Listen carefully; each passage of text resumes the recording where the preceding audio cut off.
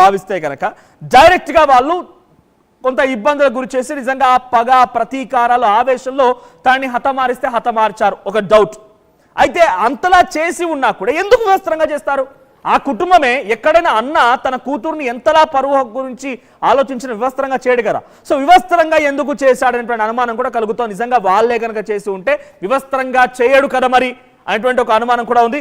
Next question ఏంటంటే సుపారీ గ్యాంగ్తో యువతిని చంపేశారా? Supari gang ఇంకేదైనా ఉందా? గండికోట రహస్యానికి సంబంధించి గండికోట ఆ పరిసర ప్రాంతాల మొత్తం కూడా ఆకతాయిలు, మద్యం సేవించేవారు, మాదక ద్రవ్యానికి అలవాటైన వారు, చిల్లరి మూకలు అక్కడ ఉన్నాయని చెప్తున్నారు. కాబట్టి వారిలో ఎవరికైనా ఈ రకంగా అక్కడికి వచ్చారని ఇన్ఫర్మేషన్ తెలుసుకొని వారితో ఈ పని చేయించారా? లేకుంటే చివరిగా 8 రోజులు గడుస్తూ ఉన్న నెక్స్ట్ క్వశ్చన్ 8 రోజులు గడుస్తున్న నిందితులు ఎవరో ఎందుకు తేల్చట్లేదు? ఇక్కడ అన్ని ఫింగర్స్ అన్ని కూడా డైరెక్ట్గా పోలీసులకే. అక్కడ ఎస్పీ అశోక్ కుమార్ కానివ్వండి, డిఐజీ స్థాయి ప్రవీణ్ కానివ్వండి, వాళ్ళ వైపే వేలు చూపించాల్సిన పరిస్థితి వస్తుంది. బికాస్ ఒక కేసుని 8 రోజులుగా ఛేదించలేకపోతున్నారంటే ఎటువంటి అనుమానాలు ఉంటాయి? అసలు ఆ రోజున జూలై 15 వాళ్ళు వచ్చిన తర్వాత ఆ తర్వాత నుంచి వాళ్ళంతా కూడా డిఐజీ కూడా చెప్పారు, ఎస్ మేము ఇక్కడ సంఘటనా స్థలానికి వచ్చాను. సంఘటనా స్థలానికి వచ్చిన తర్వాత డైరెక్ట్గా అసలు ఎందుకు మాకు ఛేదించాము, త్వరలోనే ప్రవేశపెడతానన్నాము, ప్రెస్ మీట్ పెడతానన్నాము, ఎందుకు పెట్టలేకపోయాము? ఇలా అనేక అనుమానాలు ఉన్నాయి. నా కొలీగ్ నందు మళ్ళీ మనతో జాయిన్ అవుతున్నారు. నందు, ఎస్ వెల్కమ్.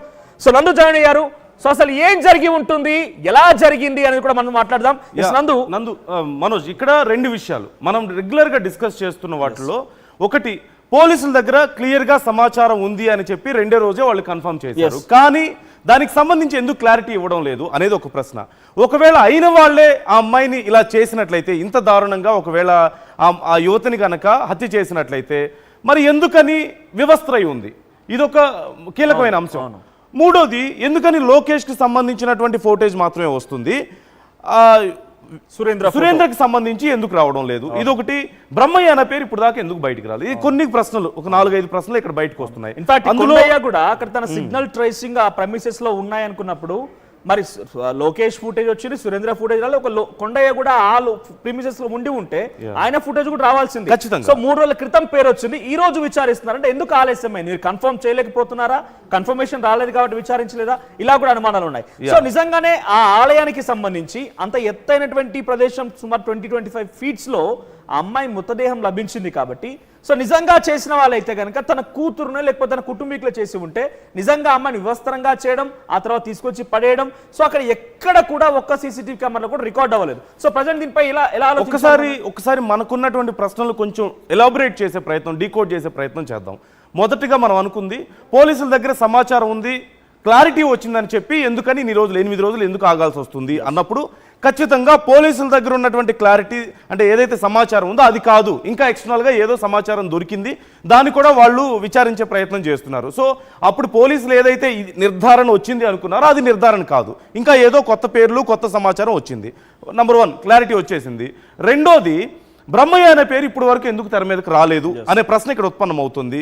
సో దీనికి సంబంధించి ఖచ్చితంగా అంటే పోలీసులు సిగ్నల్స్ని ట్రేస్ చేస్తున్నారు, ఎవరెవరు ఆ ప్రాంతాల్లో ఉన్నారో గమనిస్తున్నారు అన్నప్పుడు కొండయ్య అనే పేరు బయటకు వచ్చింది. కానీ బ్రహ్మయ్య అనే పేరు ఎందుకు బయటకు రాలేదు, ఇప్పుడు ఎందుకు బయటకు వచ్చింది, అసలు బ్రహ్మయ్యని విచారించాల్సిన అవసరం ఎందుకు వచ్చింది అనేది ఇది చాలా కీలకమైన అంశం.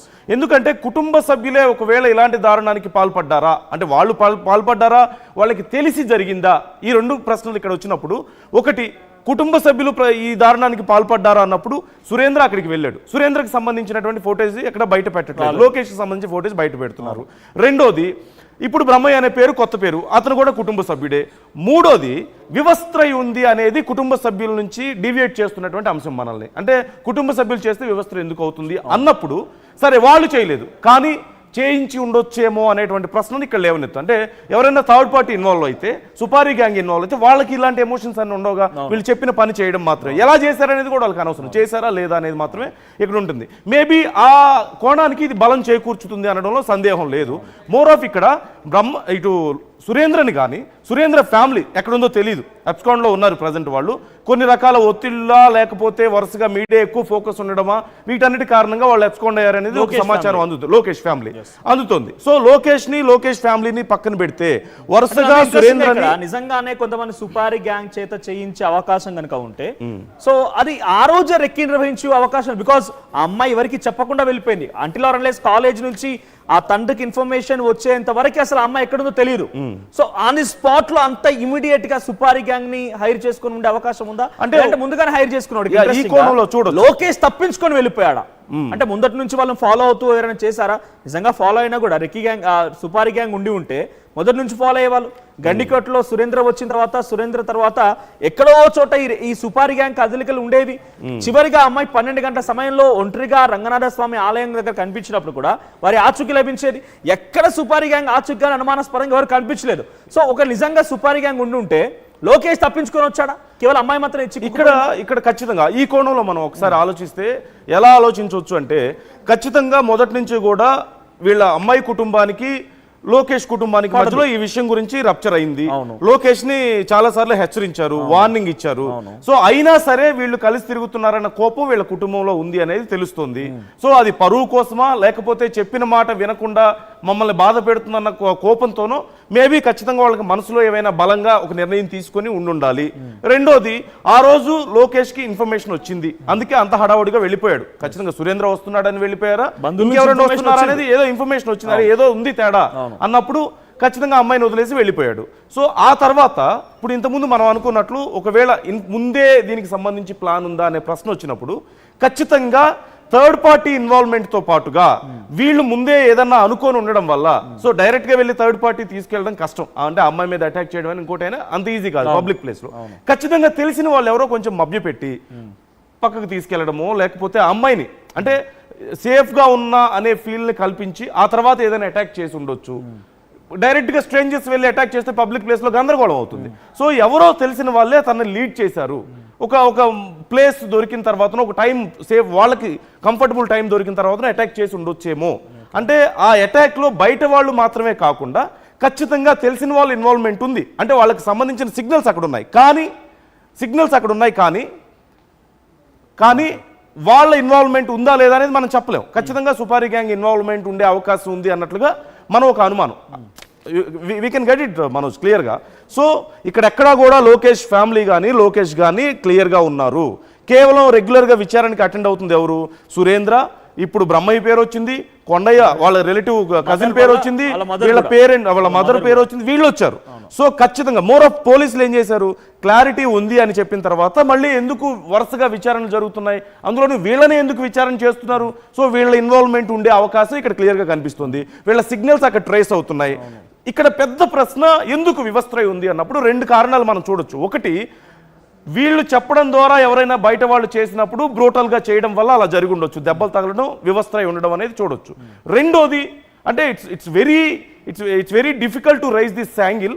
కానీ ఒకవేళ ఏమైనా తప్పుదోవ పట్టించడానికి అంటే సొంత వాళ్ళు తప్పుదోవ పట్టించడానికి అంటే వీళ్ళే చేయించినా సరే దగ్గర వాళ్ళే కొంచెం ఒకవేళ ఇన్వాల్వ్మెంట్ ఉన్నా సరే తప్పుదోవ పట్టించడానికి ఒకవేళ అలాంటి ఒక కోణాన్ని ఏమైనా తీసుకొచ్చారా? అంటే అంత బ్రూటల్గా చేసి మేమైతే ఎందుకు ఇలా చేస్తాం అనే ఒక కోణం అంటే ఇప్పుడే మనం దాన్ని ప్రిడిక్ట్ చేయలేకపోయినప్పటికీ కూడా అనుమానాన్ని అయితే ఖచ్చితంగా మనం చూడాలి, ఈ కోణంలో చూడాలి.